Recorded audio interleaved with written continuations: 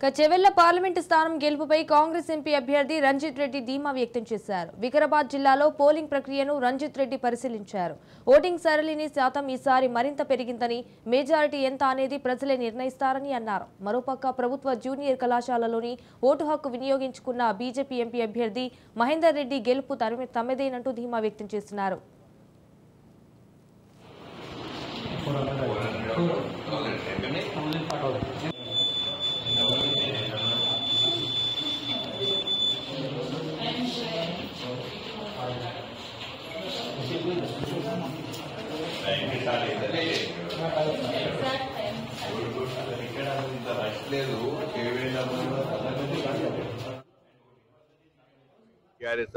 కాంగ్రెస్ కేస్తుందన్నట్టు కొందరు బీజేపీకి వేస్తున్నట్టు మాటలు ఏముందమ్మా, ఎన్నైనా మాట్లాడుకోవచ్చు. ఫైనల్ గా ఓటర్ తీర్పు ఇంపార్టెంట్. ఇవాళ నాయకులు చెప్పగానే ఇన్ఫ్లుయెన్స్ అవుతారు.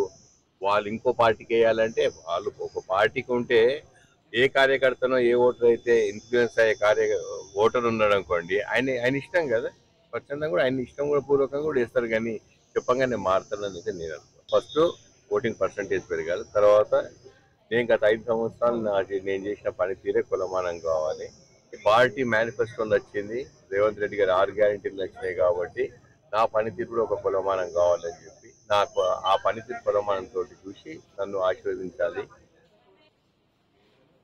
బీజేపీ వాళ్ళు కాంగ్రెస్ కేస్తారంటారు, కొందరు బీఆర్ఎస్ వాళ్ళు కాంగ్రెస్ కేస్తుంది అన్నట్టు, కొందరు బీజేపీకి వేస్తారంటారు. మాటలు ఏముందమ్మా, ఎన్నైనా మాట్లాడుకో.